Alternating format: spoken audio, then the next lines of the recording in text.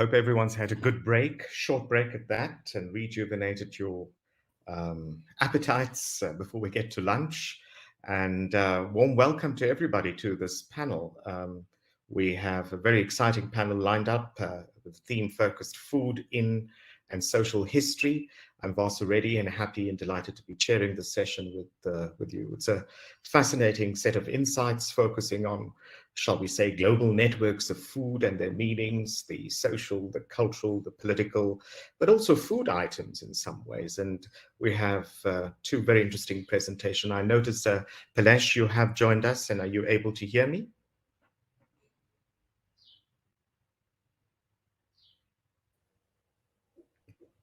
Palash, have you? Yeah. Oh, wonderful. We were just concerned that we were going to miss you. So we're delighted that we have you with us. We have two presentations today. Palash Nasker, who's based in Calcutta, I think. Very interesting paper titled From Semi-Feudalism to Mercantilism, the effects of eating fish on the changing demography and evolution of social classes in colonial Bengal. So I think following the order, we'll start with you, Palash, and then we'll move to the next presenter, who's Michael McMillan at the University of Johannesburg, focused on a very interesting presentation titled Miss My Mum's Cooking, Migration and Black British Food Cultures. I think we have ample time. There are just two presenters on this panel. Ordinarily, you would have had 20 minutes, but you're welcome to take, if you wish, about half an hour, and then we'll have very brief discussion, and then we'll come together. But let's start with you, Palash, with your paper. You can go ahead. Okay. Can I start? Yes, please go ahead. Please go ahead.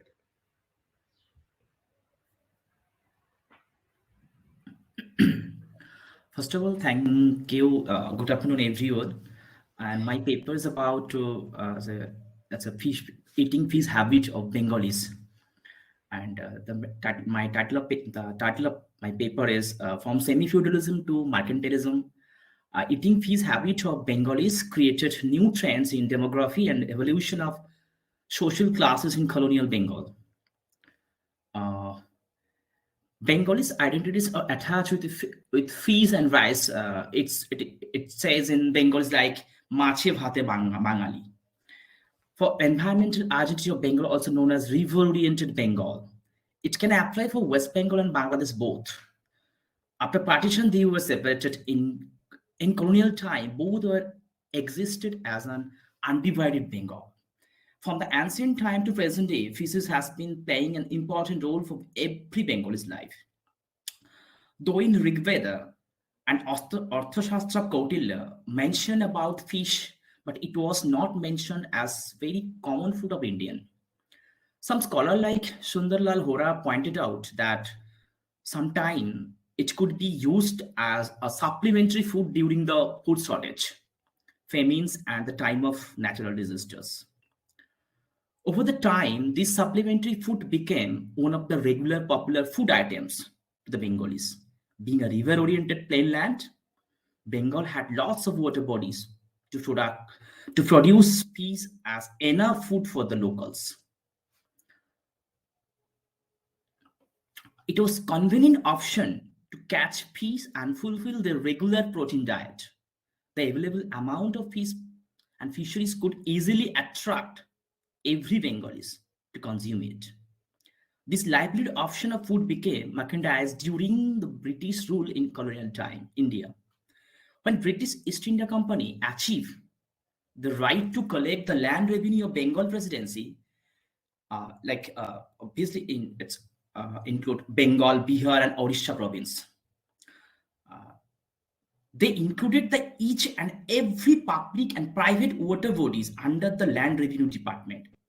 Then a large amount of people involved in fisheries than farming in land.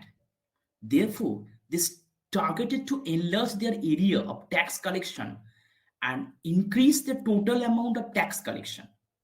By default, each and every free access of water bodies went under colonial government.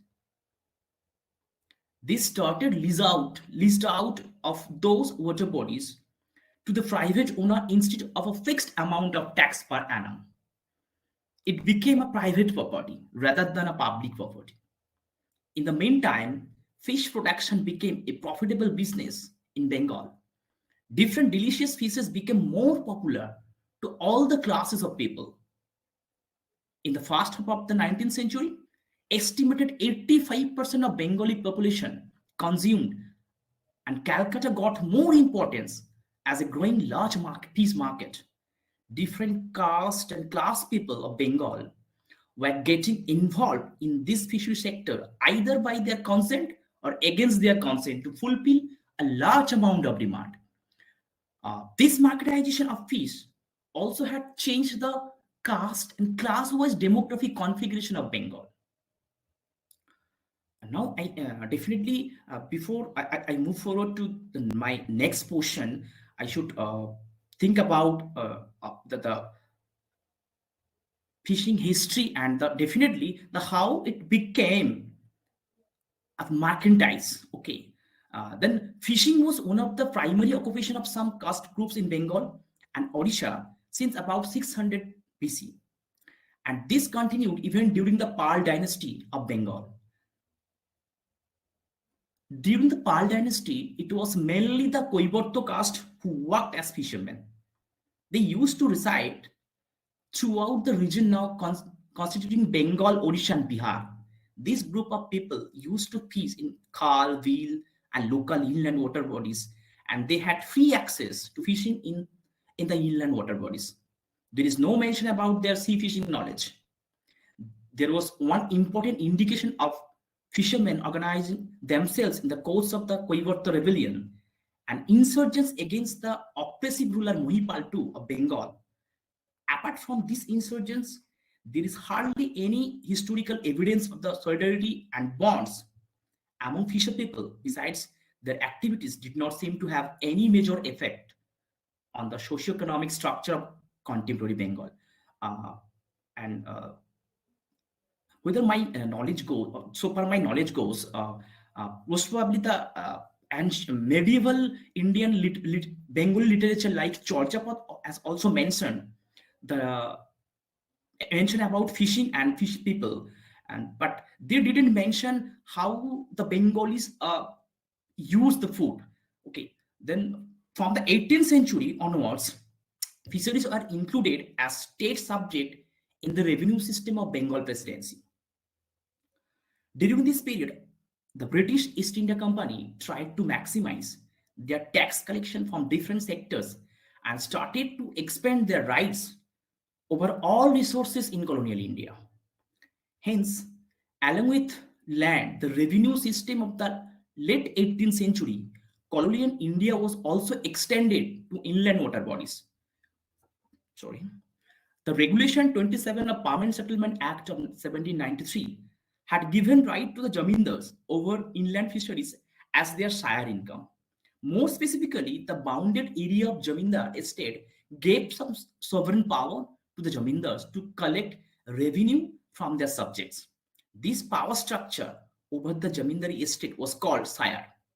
The Permanent Settlement Act also provided the Jamindars with jalkar rights over the inland fisheries. This gave Jamindars legitimate authority over all water resources within the Jamindari shire system and structure. With this legitimate rights over jalkar, inland fisheries became a private property. Now it became a private property, which could be bought and sold. After getting the rights of jalkar as their shire income, Jamindar leased out the jalkar to the Ijaradar. After procuring the lease of jalkar rights, Ijaradar either hired some fisher people to catch fish and sell them in the market, contracted with prominent fisher people to fish in the inland fisheries in return for a fixed amount of money. This process meant that fish remained not just a natural resource of personal consumption, but also a commodity for market uses and consumption. Rather than a subsistence activity, fishing steadily converted into an important and influential part of a market economy. Thus, as a result of the practice of jalkar rights, fishery resources became valued as capital. And in the latter part in the 19th century, the price of fish rose significantly. This in turn attracted a newly growing body of markets and professionals to the fishing industry. For the same reason, during this period, the colonial agencies gathered information about nature of fisheries and its prospect. It concentrated its focus on how natural resources could be exploited through the continuation of development plans for the primitive society. After 1819 and 1828, the regulation 2 and 3 of sub-riotary settlement mean that the state did acquire some fisheries for future development and distributed its benefit to those people who depended on them for their livelihood. But maximum numbers of fisheries continued to be under the control of zamindars. However, until 1859, all fishermen had free access to all the big water bodies. In fact, in the southern coastal part of Bengal, including South 24 Parganas and Sundarbans, fishermen had free access until 1869. Except the year of 1868, the fishermen only have had to pay some levies and register their fishing boats every year. Later, it was called BLC. Actually, it calls boat licensing certificate. Each and every fisherman need to register their boat to enter the Sundarban Khari area where the fishes are available. This was the entry pass to enter the Sundarban for fishing. The Permanent Settlement Act and issuance of the BLC at the Sundarban region gradually brought the fisheries and water bodies under the state control. The agenda of socio-political development of Bengal presidency during this colonial regime led to the control of the production condition and production relations surrounding fishing. With the Jalko rights and construction of the inland fisheries as private property, capitalization of fishing developed during this period. By the end of the 19th century, the rapid growth of population increased the regular demand for fish and put pressure on the burgeoning Bengal fish market.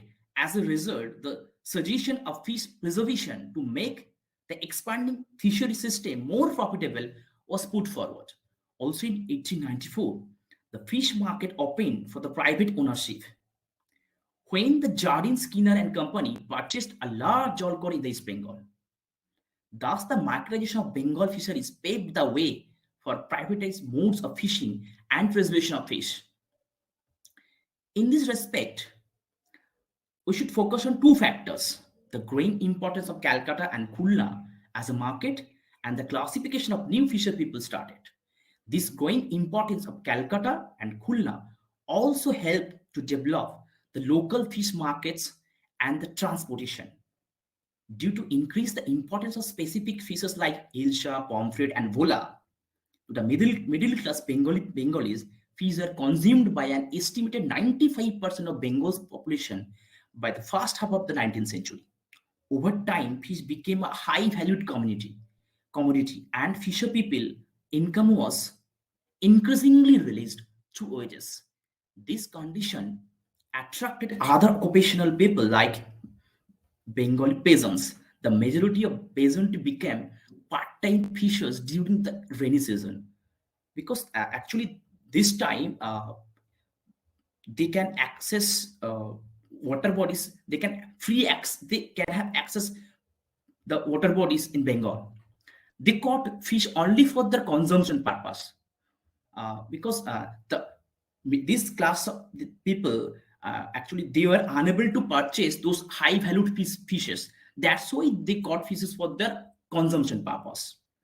The full-time specialized fishes who were predominantly Hindus, but after 1920s, a huge Muslim landless labor and marginal farmer class shifted to fishing. They started living along the riverside and coastal areas. The growing importance of food habit of Bengalis created a large fish market network across the Bengal. The structure of working class had also been changed. When I was writing down this paper, I should remember The same condition happened in England during enclosure movement. Why I am bringing that portion of history in my paper? Because during the enclosure movement, the same thing was happened when they only confined to the lamb production to fulfill the growing demand of meat in Europe. Similarly, Bengal, the way different laborers joined the fishing sector instead of farming. As a result, the other food shortage was occurred in Bengal. Whereas in England, it started land hunger movement and also food shortage started.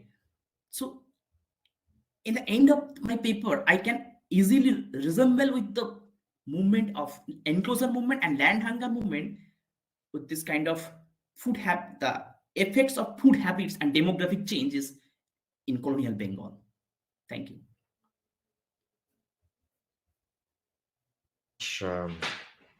Palash, for that very interesting paper. You take us on a history going back into time, into colonial Bengal, but specifically things focusing on Calcutta. You also mentioned Khulna, which I assume is a region or an area or city or town, along the waterway, I would assume, because that's where fish would be.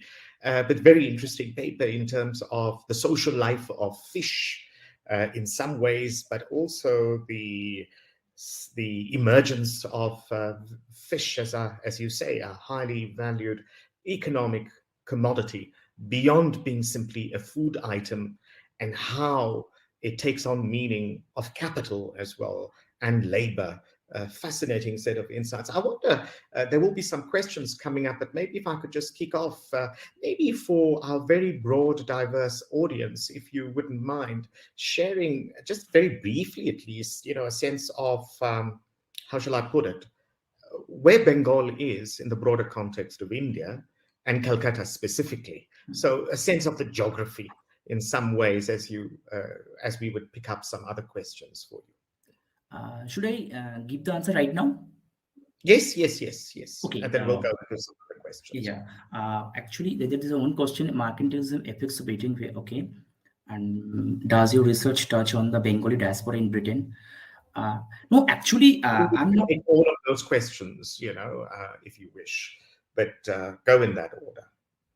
Okay. Can you please repeat your question, sir?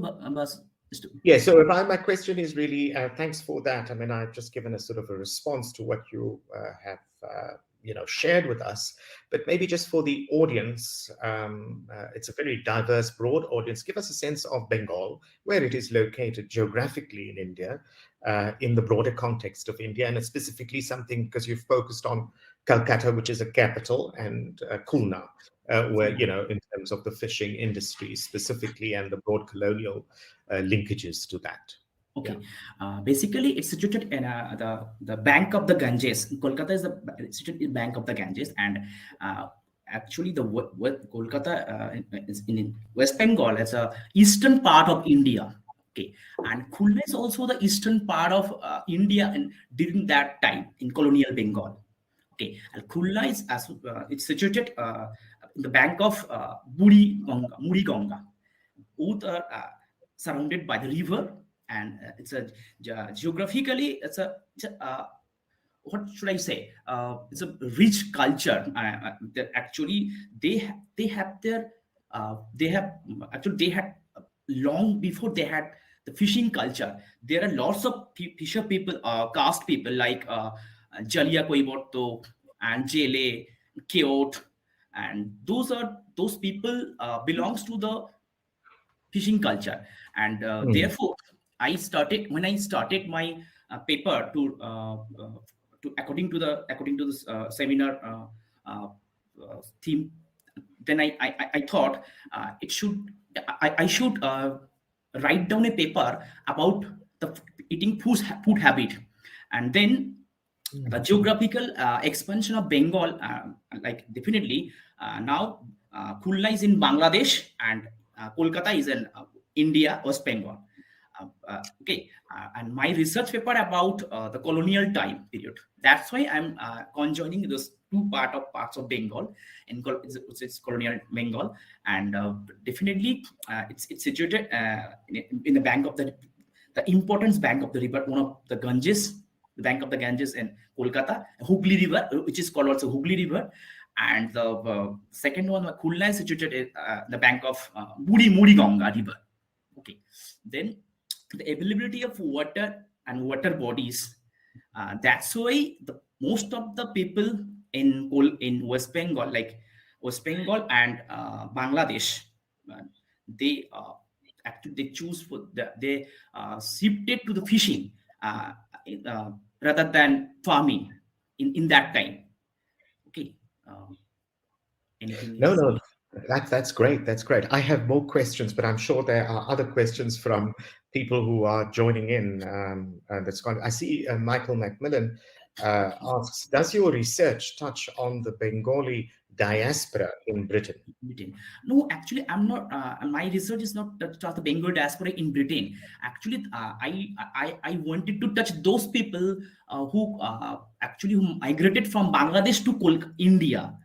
Those fishermen during the 1940s or 1930s, a landless Muslim labor class who shifted to India to choose their occupation in fishing. I'm not making any sense of to Bengal diaspora in Britain. Actually, most of the Bengali people shifted to Britain for either for higher education or for a better life. They choose their actually shifting option.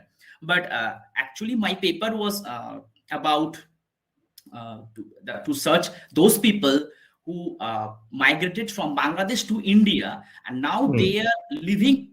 Right now, they are living in India alongside the Kakdeep, the most probably the area.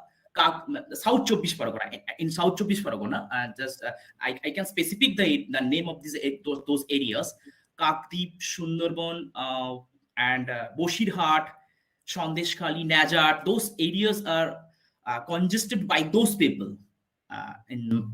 That's why I'm just giving this answer, Michael's answer, that I'm not trying to touch the diaspora of Britain.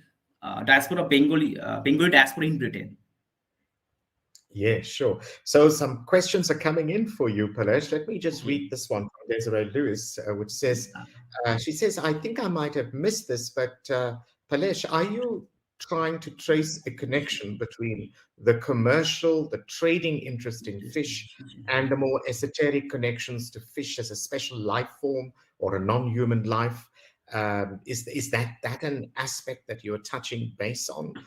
Because I get a sense you're talking about how fish, to a large extent, changes into a marketable commodity beyond being a staple food, in a way. But maybe some of the things that Desiree Lewis is raising are also quite important. Do you want to comment on that? Okay, thank you, Lewis. You have a good question. And an interest in fish and more erotic.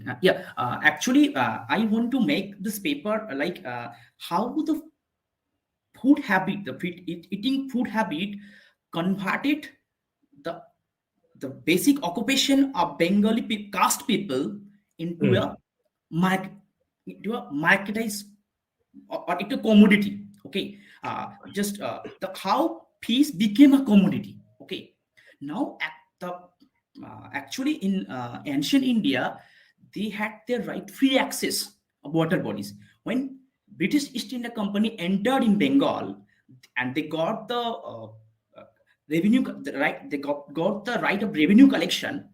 They started maximize their revenue collection. Okay, then they thought that we should extend our land revenue collection area. Okay, then they started to incorporate those areas. Actually, the water bodies. They started include the water bodies in their revenue and under their revenue system. Okay, and then fish became a commodity. Before that, it was just a food livelihood, and it was just a livelihood options for the people, but not a commodity. I have already mentioned that when it became a high value commodity, then some farmer became a part-time fisherman. Okay, Right. they catch fish for their own consumption. Yeah. Because it's a high protein diet, Of and course. they were unable to purchase those high valued food from the market. Mm. Not only that, actually they tried to make their various job option to open for their society, Yes. for their survival. And previously it was this what should I say, subsistence economy. After that, it became a marketization slowly grew down. Marketization actually slowly moved forward to the city, from village to the city. That my point was that how the fees entered into the city from the village. Right.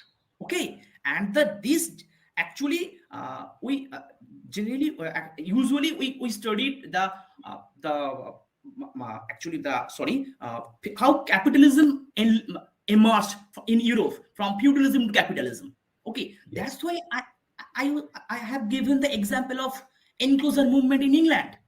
How this, okay, the gentry class. I didn't mention about gentry class, but here the gentry is the ijradar. Here, who are the gentry in Bengal in fisheries sector? The ijradar, the market owner. They were the gentry actually. That's why I have given the example of enclosure movement of in England. I can resemble. Okay, easily I can resemble when I conclude my paper, because Indian history cannot fulfill without European history. It's completely my perception, because because a long day before we were colonized.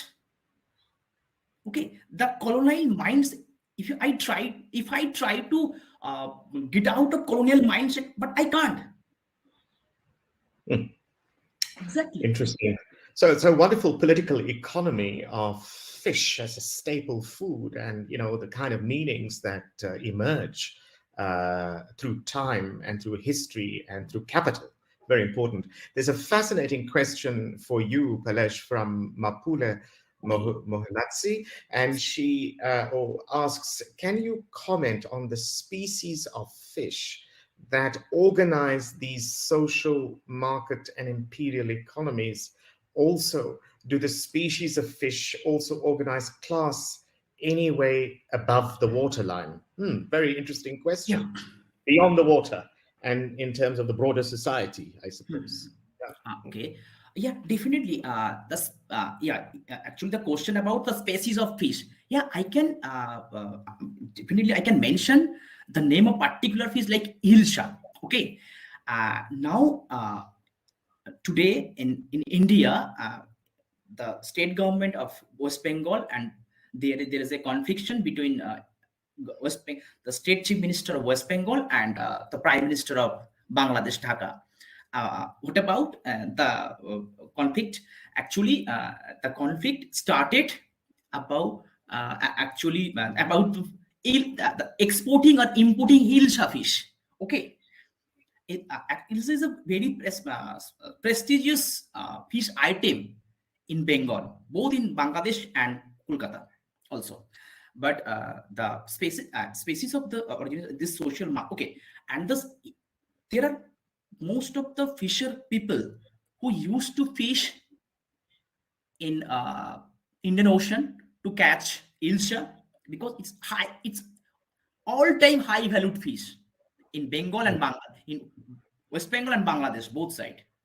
That's why I'm telling that there are specific, actually in West Bengal and Bangladesh also, the fisher people have also made a special group of people who have their trawlers, who have their own nets, who have enough capital to go for at least 2 to 3 months in the for fishing in the sea, in the actually deep sea, because without the capital they can't even they couldn't be actually eligible or they Actually, I'm sorry. I think they couldn't be eligible they couldn't be eligible to go for fish, for fish to fish in the deep sea.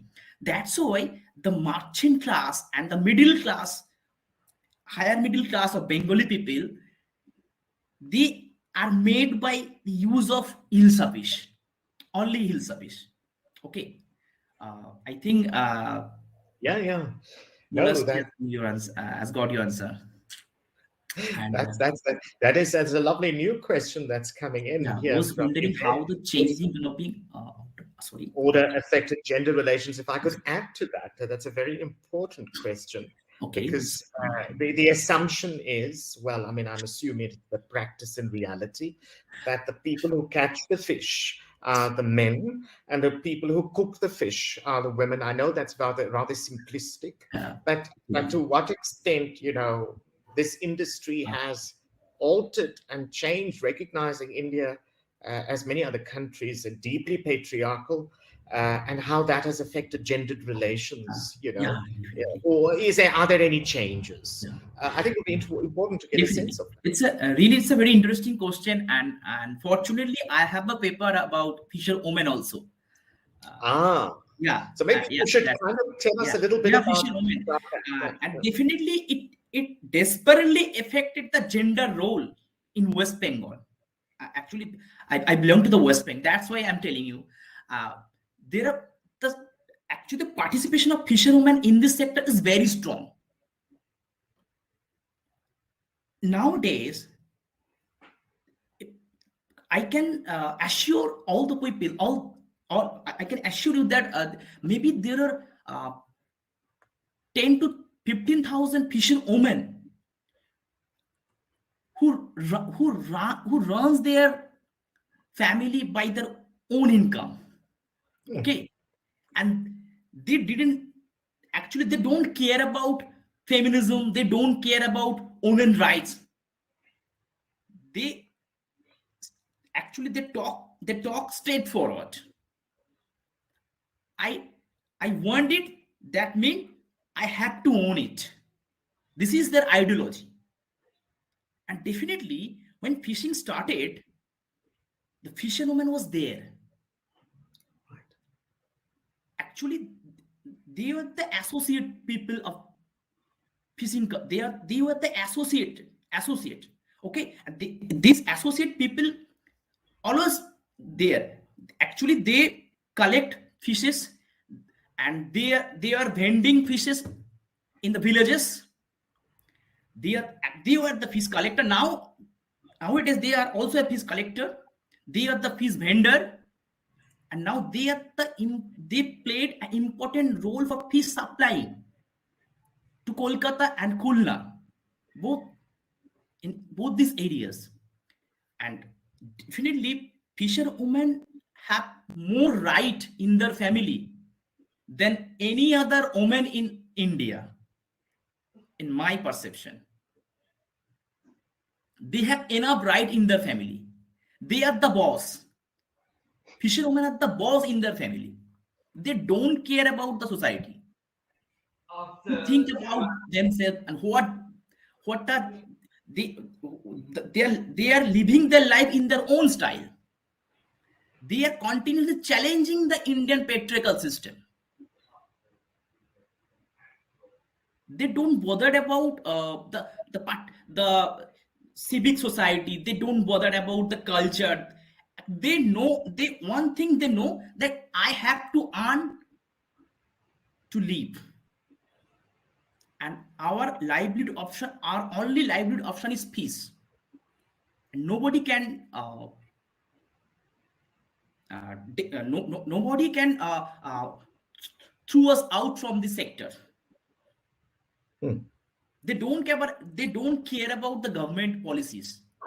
Even interestingly, they don't have any fishing rights or the identity card, just like fisherman identity card in Bengal. But they don't have any fishing card, the government card, they issued by the government, state government or central government. But they are still in this occupation with their what I should say. They, actually, they think that this is our area. The natural resources natural resources is available for all. And the fisherwomen always think, and I made lots of fisherwomen. I interviewed them, and they always told me that, what are you doing about what are you doing to the risk? What are you doing for us? And I said that I'm not doing for your occupation. I want to uh, I want to sketch a picture, a real picture of you people. I want to it definitely the society and the different kind of civilization want to know about you, just like the people. The question was wondering by the changing economic. Oh, sorry, what about the question? Gender relations. Every people should know about them. We go through the different kind of feminism, feminist theory, but we don't think about this marginal class. Okay, actually, there are lot.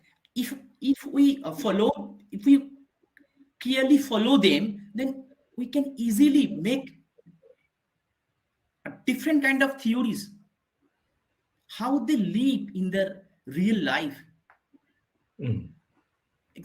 And they are and they have lots of power actually in their society. And the the male body have no right to ask them, why are you doing this? Because yeah, that's why. Indeed. I think we can certainly continue the conversation, Palash, and I'm pretty sure that we are going to. So you're not going to run away. We're going to return following the next presentation, and I think there are some opportunities to look at some connecting points between the two presentations. Certainly, your papers generated really great interest amongst the participants on the panel, the audience. Someone has asked for your paper about fisherwomen. So if you can, that will be fantastic. You could share it with everybody. But I want to thank you for now, but I will thank you more formally at the end. And thanks again for opening up the session with your fascinating paper. And it gives new meaning to fish. And of course, not just simply as a staple food in the context of colonial Bengal. Thank you very much. I'm going to turn now and invite to the stage. You may switch your camera off, Palash, and then I'm going to invite... Thank you, everyone. Thank you. Michael McMillan, who's at the University of Johannesburg. Wonderful pleasure to meet you, Michael, and thank you so much. And I'm also very curious with your presentation. I think we all say this from time to time, but I can't say it just yet. My mum's alive. I miss my mum's cooking, Migration of Black British Food Cultures. I think it's a title and a topic that pulls at the heartstrings, but also at the material, the visceral, the smells, the flavors, the memories that I think, and the identities. And I think those are things that you will probably, in all likelihood, inadvertently touch on. So over to you, Michael. Thank you very much, Vasu, and thank you for inviting me to this exciting, this rich conference. I'm now going to share my screen. So to begin with, both my parents come from St. Vincent and the Grenadines, and just this is in the Caribbean. It's in the Eastern Caribbean, near to Barbados and St. Lucia, and this summer had a volcanic eruption, which is ongoing. And so my parents were part of what's called now the Windrush generation of the post-war Caribbean migration to the UK. And interestingly, there's a post-pictorial essay, 1956, called 30,000 Color Problems. And Stuart Hall, the eminent cultural theorist, in his essay, Reconstruction Works, revisits those images as social problems And I'm engaged with reconstructing that work in a sense in my practice, because symbolically, born in the UK and growing up Black in Britain, I am one of those social problems. Now, I was always aware that my family culture was considered other, and comments from white people like, I don't like the smell or it's too spicy, reflect the unknowing knowing about Black cultural life. As a consequence, Caribbean, African, and Southeast Asian, in which includes the Bangladeshi community that Palash was referring to, and I grew up around the Bangladeshi community, and thinking of how that questions of diaspora are important here, because when research shows that a curry is the national dish in Britain. Now, what does this tell us? It says that, in a sense, food cultures of migrant communities are appropriated and commodified. For instance, with Jamie Oliver's recent jerk rice, while the people who create these dishes are invisible. And I mentioned this question of diaspora earlier, and I want to take this idea and thinking of diaspora as a metaphor rather than a real thing in terms of being able to return, to the back home and resecure some sense of identity. Because born here, if I go back to St. Vincent, I'm not acknowledged as Vincentian, right? But in Britain, neither am I acknowledged as British, even though I would claim to be British. So it invites a kind of sense of double after W.E.D. Du Bois, that I'm born in Britain, but I'm never kind of acknowledged as British. And so in clearing my parents' family home, when my parents passed away, I saved some of my mother's cooking utensils, which became the basis of my installation, I Miss My Mum's Cooking, as part of the Who More Sci-Fi Than Us? Contemporary Art from the Caribbean group show at the Carter Kunsthal, Amsforth in 2012. And I use images of that installation to contextualize my presentation, which in a sense is a kind of anti-paper, more of a kind of meditation as intervention within this space. Now, the food culture I grew up in a post-imperial Britain was meditated through diaspora migration, which meant that certain ingredients were not initially available. So my parents and many of my parents' generation had to improvise or make do, as many migrants do. And this included rice and tin corned beef, which were a bit available in the UK during the 1970s. And here, so corned beef and rice became a staple meal, or what we might call. In fact, tinned corned beef, like tinned evaporated milk and condensed milk, that were used in everything from tea to coffee to make homemade drinks like Guinness punch. In a way, together they speak to a colonial time when goods exported from Britain to the center of empire carried the British kite mark as a sign of quality, and often sometimes in the colonies preferred over local food. And these things were consumed, these imported things were consumed and became a kind of sign of modernity and being civilized. Now, other accessible ingredients included cornmeal, that my parents used to make cornmeal that was eaten often with fish, turned cornmeal, or kuku, or cornmeal porridge for breakfast, which I still make myself.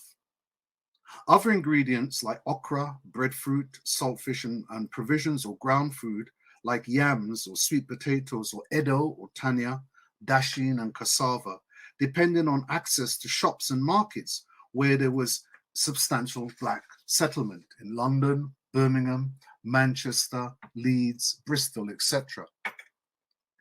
These ingredients are familiar, of course, across the African diaspora, and have emerged through histories of enslavement, colonialism, imperialism, and migration.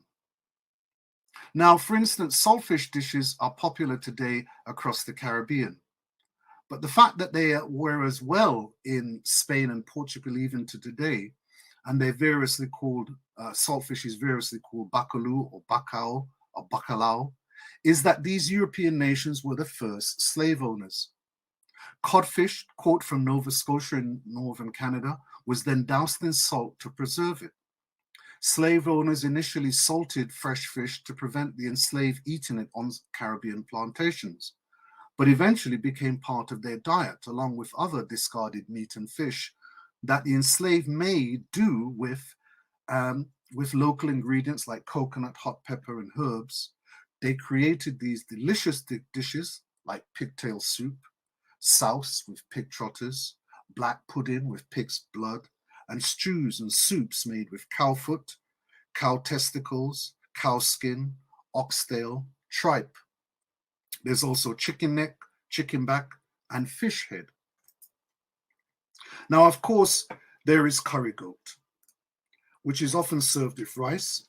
And though this is not actually goat, but mutton or sheep. If you're holding a party in the Caribbean British community, after music comes hot food. And curry goat and rice is de rigueur. Dishes like curry goat consumed communally carry symbolic capital and affect in signifying a shared embodied cultural identity. That corporality we desire, pleasure from a common taste. There is also cultural knowledge about what we eat, eating this cooked meat off the bone. That includes sucking the bone, because that is where the flavor is, and any chef will tell you that the bone is where the flavor is. Now, eating practices are ideologically and culturally marked and have their roots in petty bourgeois Victorian notions about respectability and civilized bodies. As a consequence, we have filet meat and filet fish without bone. And sucking the meat off the bone is not considered appropriate. Ways of eating in public, especially with fine dining, much less eating with hands. And these ways of eating are common within migrant communities and also white working class communities. In other words, the takeaway or street food that poor people depend on, whether that be McDonald's, KFC, and other fried chicken franchises, kebab shops, Muslim takeaways, and of course, Caribbean takeaways, signify these ways of eating. Now, while the borders between street food and fine dining is often heavily policed, there is a turn towards street food mediated by the multi-television universe, the internet and social media, where consuming non-European food is an exotic eating of the other, a taste of spice to enliven the white, bland food cultures. The exoticization of Caribbean cuisine in British popular culture draws on a fixed cultural stereotype of the tropical picturesque. Those rum drinking, hot pepper eating, weed smoking, calypso dancing, happy-go-lucky black bodies. A paradise constructed for white tourists that masks the brutal reality of living in a developing country, the global South. Now, as a slave colony, Jamaica was a thorn in the flesh of the British West Indies, with revolts that made slavery unworkable. And when West Indians arrived in Britain and met other West Indians, it was often Jamaicans who fought and defended them against racist attacks. Jamaicans have since been feared in the British psyche, which means all Caribbean migrants are stereotypes as Jamaican. Now, in a sense, this trope gave street cred for black youth on the street, including myself. But it also meant that Caribbean culture, including food, tends to be perceived as Jamaican. And now, while I, as an interloper, I love ackee and saltfish, which is the Jamaican national dish, it does not inform my whole food culture. Because as I said earlier, my cultural ancestry comes from St. Vincent in the Eastern Caribbean. And one of the foods that speaks to that is breadfruit. And by way of as an aside, breadfruit was brought initially from Tahiti during the colonial era to flee the slaves. There was a food shortage caused by the American War of the Independence in the late 18th century.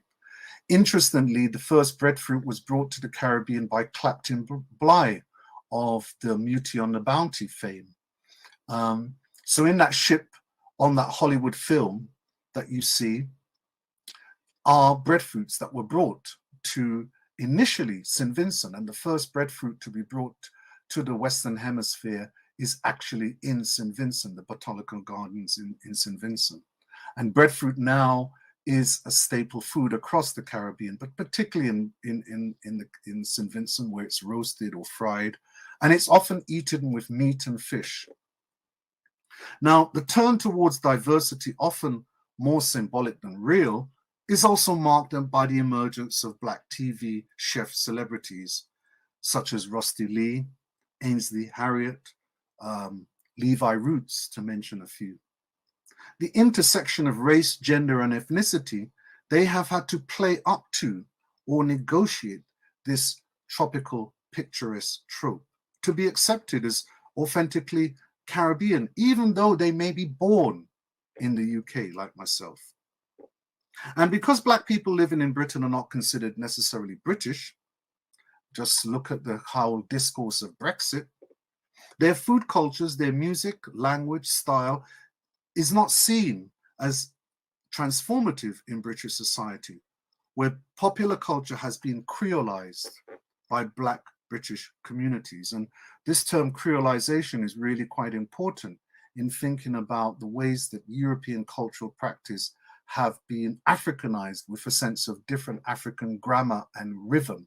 Just think of the kind of notions of a Creole language, for instance. So finally, coming from a Caribbean heritage that did not and does not mean a homogeneous response to Caribbean cuisine, for instance, I'm the only one amongst my 3 siblings who cooks the Caribbean food dishes we grew up with, which is as much to do with our respective lived experience of being Black in Britain as it is to do with lifestyle choices and identification of tastes and give pleasure and reassurance of who we want to be. Just as an appendant to my intervention, as it were, I would say that in my parents' passing, one of the things that kind of keeps them alive is embodied my cooking practice, my own food cultures, where I recreate and do those dishes that my mother would cook. I've accepted my dishes are never going to be like my mother. There's no intention there to equal her. But in a sense, I know that if she were here and when she was alive, she would eat my cooking, and that's good enough for me, in a sense. The other thing in thinking about this question of gender is that while my mother did most of the cooking, my father could also cook.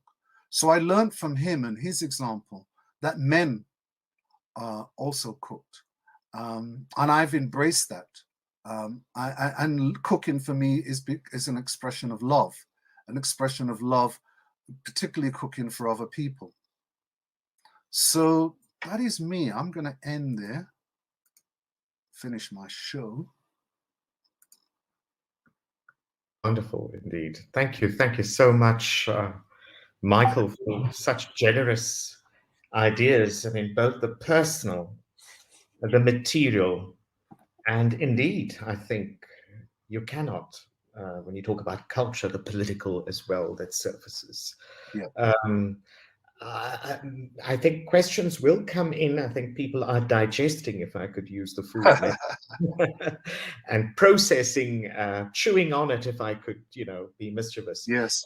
Maybe I could start by I know you've ended, but in fact it is quite appropriate, by returning to the title of your talk. I miss my mum's cooking. Yeah. Of course, in many ways, one could read into that as in part nostalgia, part memory, expression of love, but more importantly, also what you have said, how you recreate in some ways the experiential childhood memory, and perhaps I could say mum and dad's presence through Yeah. cooking. Of course, recipes are always contentious. I mean, we recreate them each time. They're performative acts. They're never perfect curry goat, I'm assuming. We see it all the time. But I wonder if you want to talk a little bit about that in terms of, you're recreating the presence through cooking for people and those kind of associations in the current context, and how it is received in some ways that kind of speak to those issues. Thank you. That's a really interesting question, Vasu. I mean, in the whole title, I said I miss my mom more than I miss her cooking. I still miss her 10 years on since she's passed. But there is also an acceptance of passing, and that we're in a new era, as it were, and I'm the next generation. And so I inherit some of those practices, which I carry with me in recreating. And it's not necessarily recreating her dishes. It's really, I'm blending, I'm adding things from my own lifestyle, my own lived experience to the dishes that she made. So, for instance, one of the things that she may have used coconut cream, but I love coconut cream. I'll use it quite a lot. I will introduce other kind of herbs that she may not have used, such as coriander, for instance, or so I'll do variations on some of the dishes that she kind of created to expand a sense of my food material culture. And I think material culture is really an important idea here. And in a communal sense, food, to use the cliche, is about an expression of love. It is an expression of bringing people together. It's amazing over a meal, and I did one recently for some of my family, over food that they enjoy and they get pleasure from. That just comes back to me. I then embrace that. And in a sense, it's an evocation, not more than an evoke. I'm invoking spiritually something embodied there. And as an artist, I'm interested in the spiritual and how the spiritual connects to our cultural practices, in a sense. Some fascinating questions. Does that answer the question? No, it's beautifully, elegantly responded. It's very much in keep. I mean, your final choice of word there, not just necessarily an evocation, but an invocation, which speaks to the idea of what you were telling us in terms of your methodology and meditation as intervention into thinking about I miss my mum's cooking and what it opens up in so many different ways. That's fascinating. Michael, there's a range of questions, not a two-way between me. I shouldn't be too mischievous. I see Jonathan's got a beautiful question there. Do your siblings cook? And if so, do they cook different foods from you? Perhaps we'll take it one by one. Otherwise, yes, a very good question, Jonathan. My siblings do cook, but they, in their life course, have different partners from different ethnic groups. So, for instance, one of my sisters is married to someone who's Turkish Cypriot. So her food culture embraces that Turkish Cypriot cuisine, which I love. But she's not necessarily cooking Caribbean food. In a sense, amongst my siblings, I'm the more black one, if you want, in terms of identity. And they will never deny that. They said Michael is he's the more politically black person. And so that's reflected in their food cultures. They will eat Caribbean food, but they won't necessarily cook it. I will do. I will go out to search. And one of the reasons I enjoy that, it gives me an opportunity to go to the markets, right, where other migrant communities and be amongst those people and source those ingredients, because it's something I did with my mother. On a Saturday, I'd have to follow her to the market to buy fish and meat and so forth, and she'd chat with people, and it's as much about searching for the food as a cultural connection with people. Absolutely. Absolutely. No, that's part of the food ritual leading to food events in many ways. Yes. Looking at where the food comes from, choosing your ingredients, etc., knowing what's going in. Yeah. There's a lovely question here From Desiree. If you want to take that, I wonder, Michael, if you've watched that docu. I have. I know it. High on the Hog. It's amazing. About how African American food cuisine intervenes within in American food culture generically. It's a hidden, erased kind of cultural history. And within Britain, there is a similar cultural history. So, for instance, I mentioned curry. The curry is the most popular dish in Britain, ironically. And where does that come from? Most of the Indian restaurants were Bangladeshi, right? And there's a place in London called Brick Lane, which Palash may know in terms of the Bangladeshi diaspora. It's the site, and I went to school near there. It's also the site where there were lots of racist attacks with the National Front.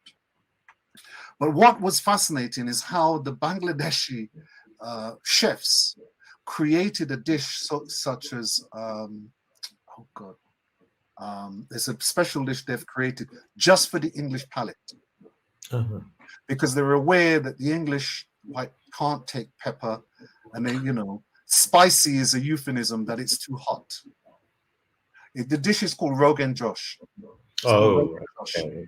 I don't think it exists in Bangladesh, but it was created. So these are the improvisations, the make and do, food migration that we have to encounter, to survive and to prosper. And so I think kind of Indian chefs have been really resourceful. It's pretty much, Michael, as you say that about the Rogan Josh. I mean, it's like butter chicken, which is which designed for the British palate. That's right. Lots of cream. That's right. Fascinating, Michael. That's elegant. I mean, there's a wonderful other question here, which takes us to some of the food items that you talked about by Mapule. She says, I'm interested to know if there are unifying saltfish dishes in the Caribbean, seeing as ackee and shellfish is mostly Jamaican. This is a very interesting question. Ackee is used. No, these ackee as a vegetable grows across the Caribbean, but traditionally used by Jamaicans. It's beginning to shift because of intertravel amongst the Caribbean, where people are beginning to use ackee. Saltfish, though, is used across the Caribbean, as I mentioned, a kind of slave food. It's made with things like Karela. You may be familiar. So that's the vegetable that's familiar in India. So I grew up with eating Karela. You may also, in St. Vincent, they have a dish called bujao, which is a saltfish salad, which is delicious. It's very easy to make. So there are many variations you can do with saltfish, because saltfish is such a strong fish taste. It's such, anything you add to it, the saltfish will dominate.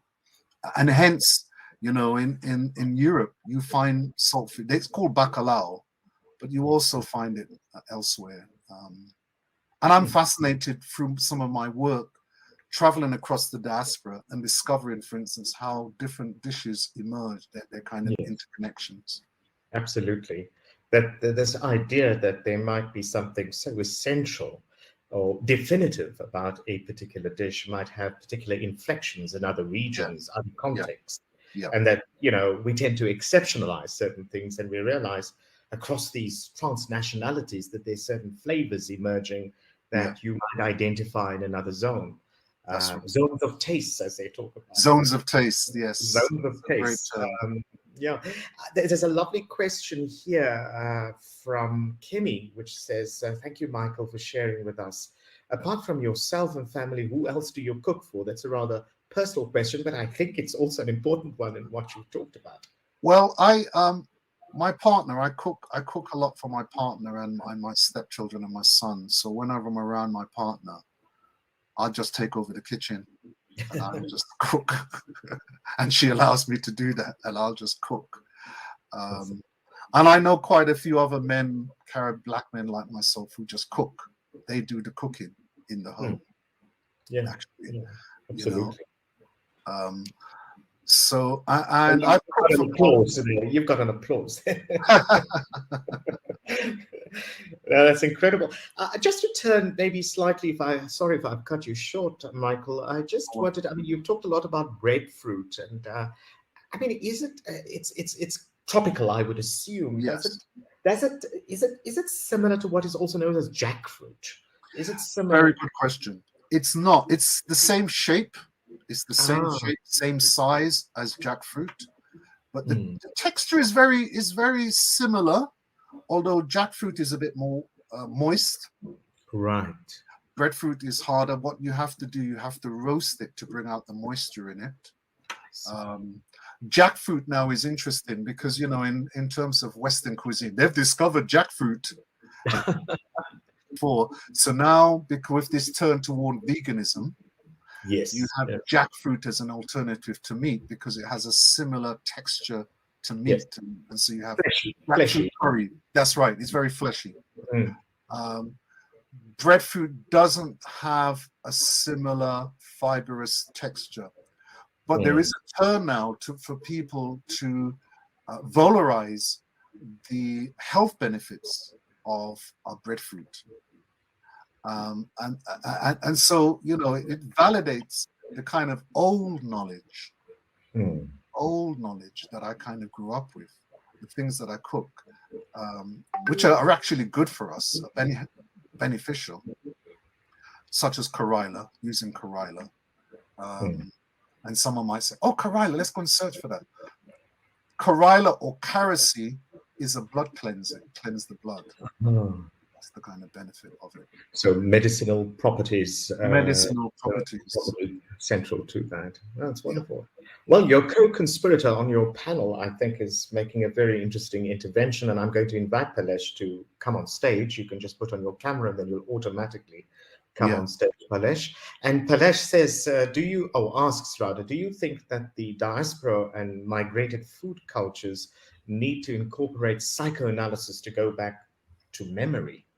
Interesting question. Why not?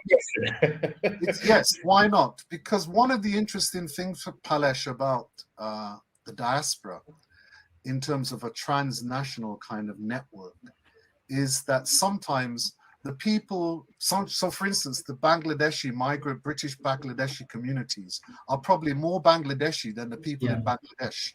Probably. Because they hold on to these cultural practices as a ways of affirming their identity in a society that probably others them.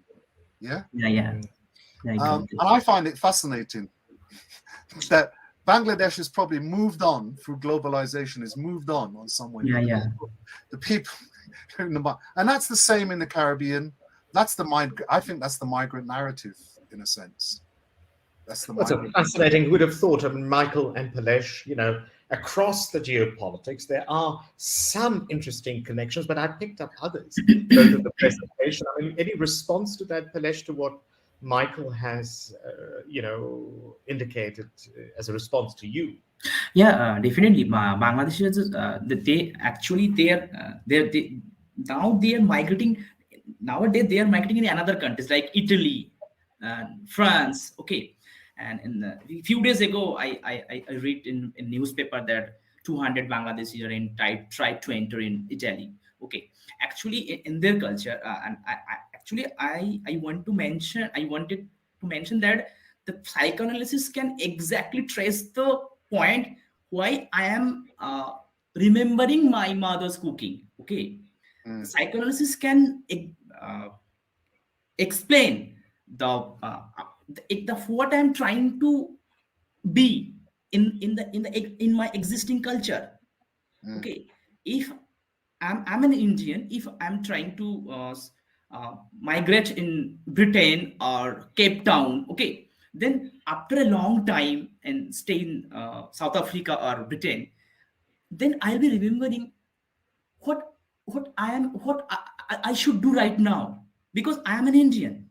Okay, in that kind of sense, different kind of thinking in my mind, the parallel thinking, being a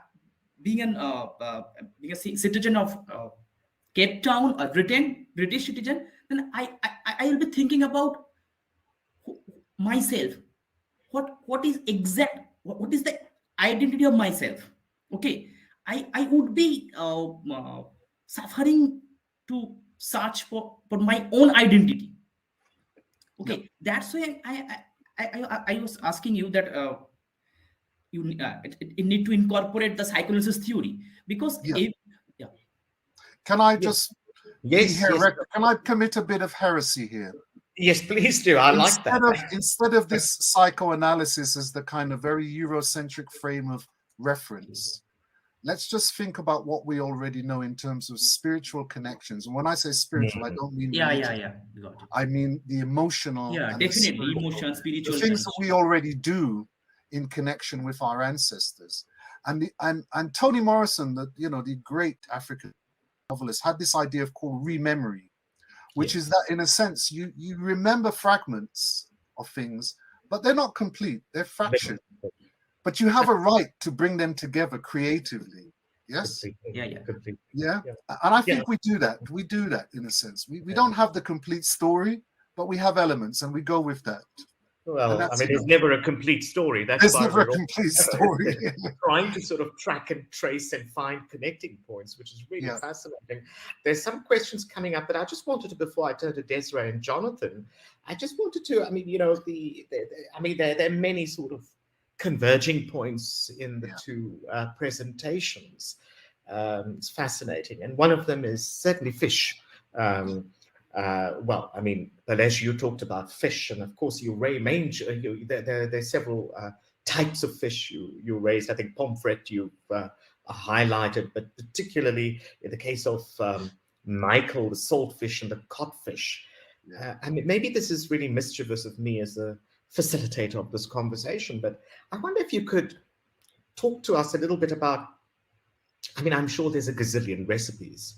I mean, what are some of the popular, appealing ways of cooking them? Certainly, there are no single recipes that work, but maybe, if I could turn to you, Michael, on saltfish and codfish. I mean, obviously, you can fry, you can bake, you can do all those things, you can curry it and so forth. But just share. I mean, not the exact recipes, but I mean, this is a sort of a platform to think also materially. And I will ask the same of you, Palash, in terms of Calcutta. Michael? That's a really good question, Vasu. I mean, in terms of fish, the key thing about fish for me is that it's very easy to cook, but the key thing you have to do is the seasoning. It's the preparation is the key, because in the preparation, and so I've always been amazed that when they have TV cookery programs, they never wash the meat and fish. They just put it on. Right. I know you have to use salt and lime or lemon. You have to have those things. You have to clean them. And that's probably been very important because, ancestrally, those people, we didn't know what quality of the meat. See, to clean it, you had to clean it with salt. And salt and lime or lemon is the rigueur, or sometimes vinegar. But yeah, you're right. After that, there's so many things you can do with it. Bake, fry. There's a dish in Jamaica called rundown, which you use smoked mackerel and you mix it with coconut and boil it down, and it becomes a kind of pasty stuff. But so you have the smoked mackerel, which is a very strong taste as well. Yes. Interestingly, the ingredient and recipes are same. What Michael actually mentioned. Okay, there are lots of recipes in Kolkata. That's like ilish paturi, the boiled ilcha, and the fried ilcha. That's like shorshe ilish. Okay, it needs to actually marinate before cooking, and then it's a banana. It's covered with banana leaves. Okay, then boiled it in a pan, and then we can easily use it. Okay, this type of exactly Michael mentioned about the Caribbean food, probably it's Caribbean food. Okay, and that's boiled and it can fry, and definitely and for pomfret, there are the fried pomfret, one of the delicious food in Kolkata. just it need to clear and sizzle with salt, sea salt. It better definitely if we can use the sea salt, and then just tandoor it on a oven. Yeah, just fry it and burn it, and just we need to sprinkle some mustard oil and to lemon juice on it. And that's it. Yeah. It's a fantastic dish in Kolkata. Really. Well, I must say I'm getting too excited and probably quite hungry at the moment.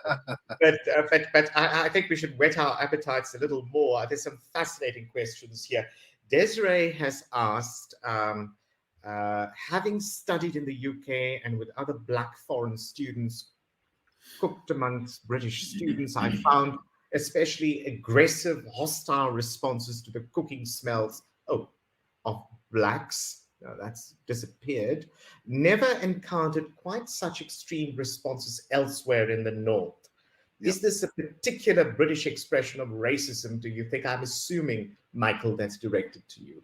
Yes, thank you. I don't necessarily know if it's a particularly British kind of trope, but certainly it does resonate with me, as I mentioned earlier in my kind of presentation intervention, that the smell is what, but the smell is a code. The smell is a code, because the paradox here is that, you know, they love Black culture, they just don't like Black people. That's right. So they're quite interested in eating Caribbean food in a particular context, you know, a restaurant. But if you were to cook that food as a neighbor, that raises another kind of like irritation amongst the, you know, white neighbors and so forth. So we, you know, we're always faced with this situation that Caribbean food gets appropriated and commodified, but the people who create it are kind of disqualified, are pushed to the side somehow. There's a European chef who's on TV, and he does these kind of, I think, what's his name? Rick, is it Rick James? Can't remember. Rick Stein. Rick Stein. He's an older white man, and he does this kind of post-colonial journey, his odyssey across, you know, parts of India and so forth. It's highly problematic, but I do watch it for some ideas in a sense. Even though it's kind of, you know, he pushes down the colonial, the imperial, you know, of what he's doing in a sense. No, indeed. I mean, maybe just to piggyback on that, to Palash, I'll come to the other questions. There's a plethora of wonderful questions coming up. Palash, I mean, maybe, you know, how shall I put this? I mean, you've talked obviously about fish and its possibilities, its commodification, its capital, all of those important elements. But also very often, just to pick up on what Michael was saying, you know, when we go to restaurants, for example, there are all particular types of menu items that will feature. It's usually the chicken tikka masala, butter chicken, rogan josh, and a couple of other things, the tandoori, tikka, this and so forth. I mean, from your sense, you're working with food, studying it, eating it, Palash, in terms of Bengali cuisine, what do you think has kind of, you know, transcended, I don't want to say Calcutta, but Bengal at an international level, at least from your perspective, beyond just simply fish, I would assume, but I would assume Bengali cuisine is quite foregrounding fish in many ways. Sure.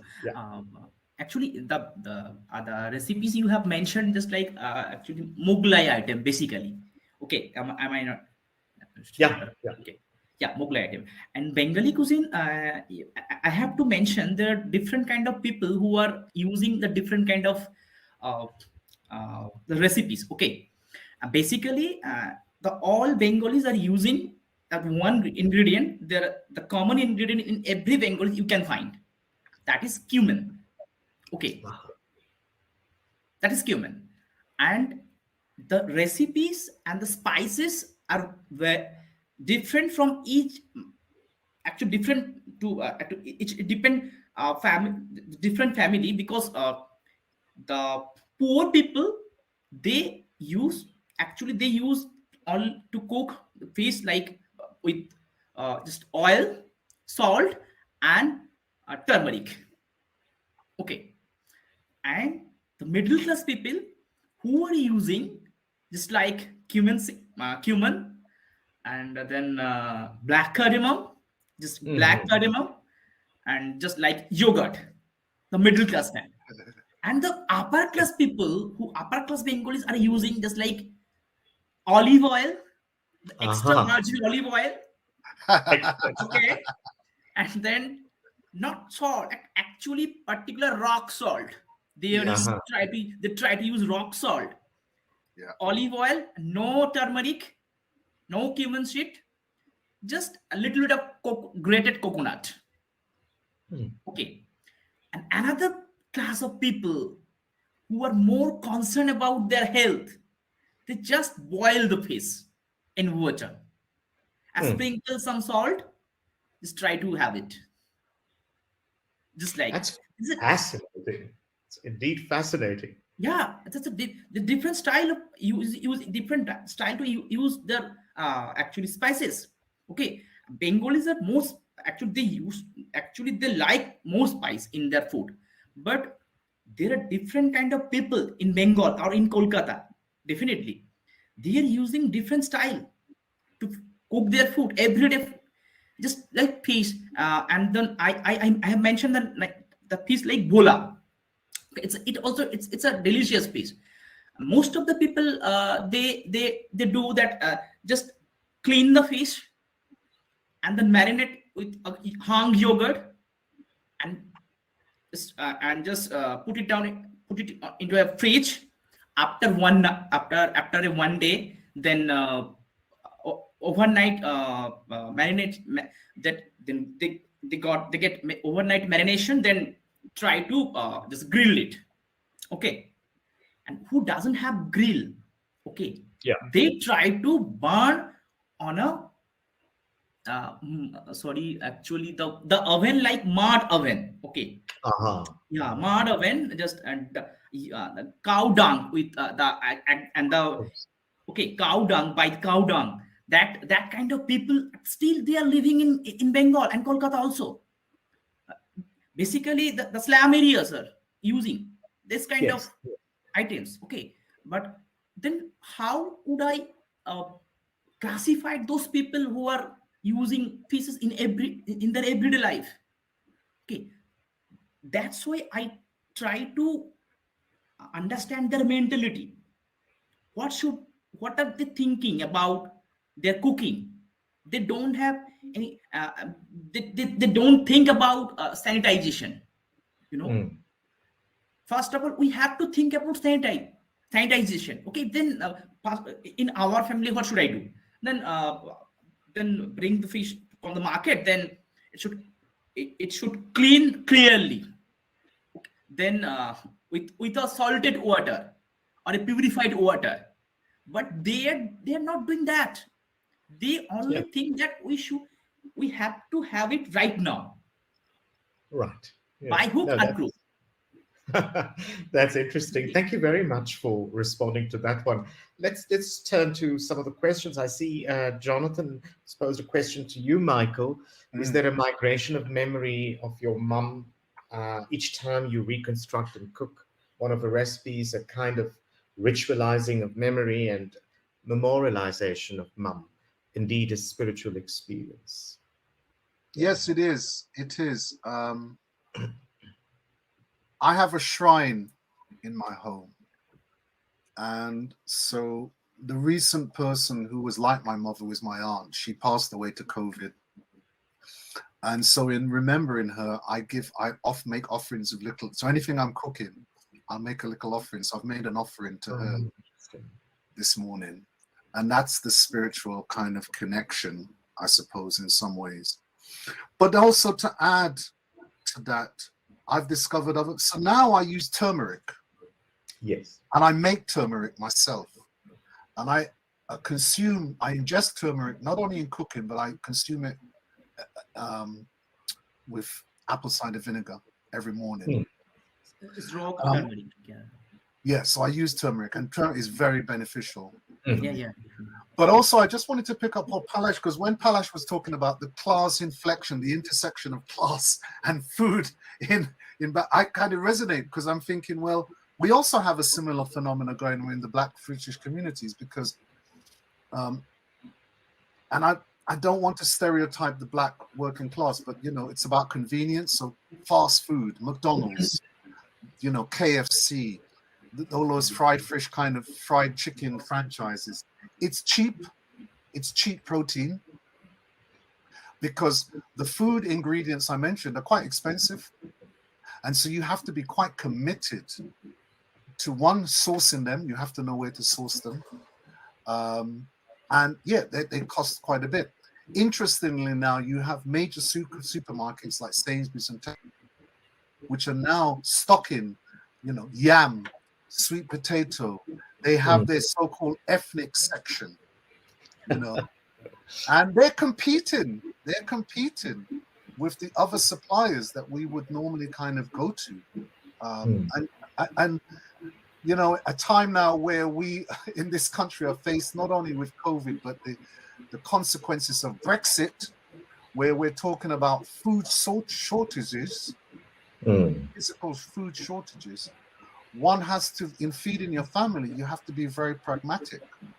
And you may not always be able to cook a Caribbean meal. That may be just the Sunday meal, if you can afford it to do that. So again, it's about improvisation. It's about making do. The Black middle class, though, are much more interested in other kinds of cuisine. So yes, they will use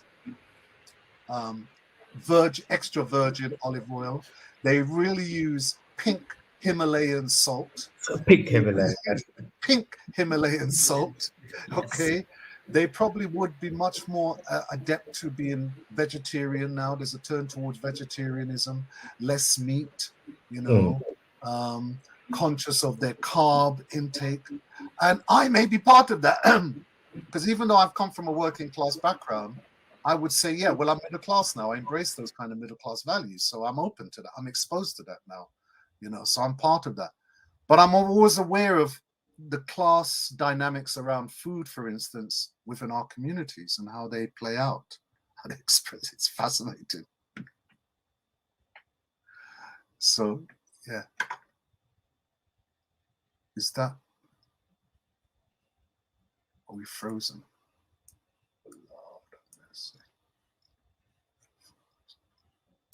Vasu's just lost connectivity. He will come back soon.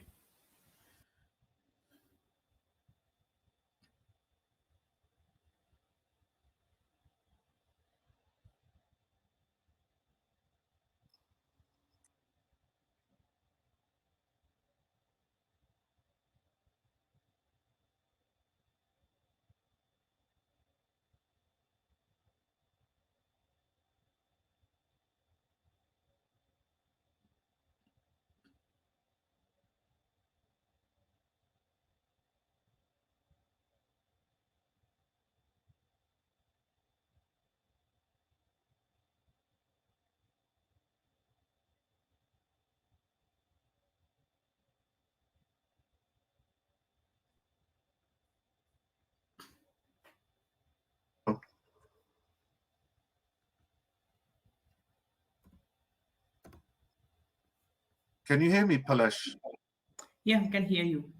I just got an outage there. I think it was me. I'm not sure. Yeah. It's still amazing. Where are you in Bangladesh at the moment?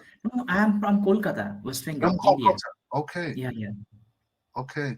I have some Bangladeshi. They often go to Skillet or... Yeah, actually, where I am living, actually, it's conjoined to Bangladesh, okay, in South 24 Parganas, Kolkata. Kolkata is actually adjoining to the Bangladesh border, okay. Ah, right. Okay. Yeah. Actually, from Kolkata to Dhaka, there is a train called Maitri Express. Yeah.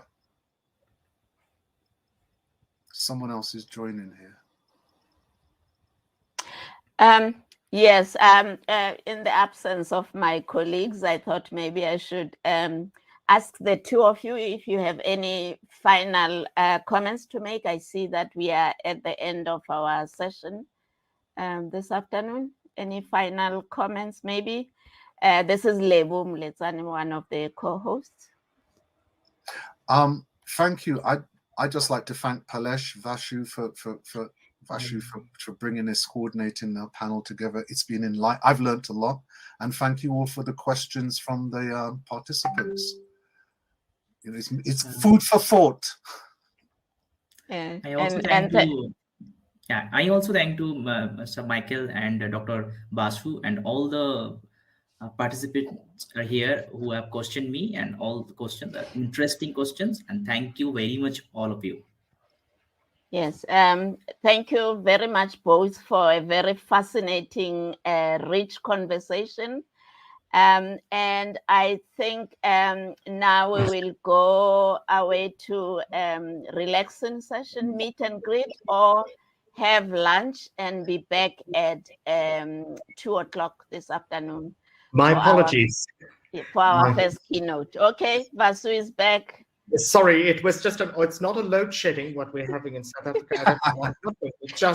It was just a sort of blackout for a few minutes. Yeah. My apologies for that. I caught the tail end, but I think, Lebo, you were connecting everyone to lunch and yes, and all of that. Well, from my side, what a wonderful pleasure to have met both of you and to hear such fascinating insights. I really thank you both for your time, care, and really, we're really looking forward to seeing these papers developed or further. And I think these are the conversations we will take forward with you. But thank you so much, Michael and Palash. Thanks. Thank you. Thank you. Thank you. Thank you. And to our audience, you've got that. We'll connect again. I think enjoy your lunch, virtual at that, and we'll connect again at 14:15. Thank you. Thanks, everyone. Thank you again. Bye.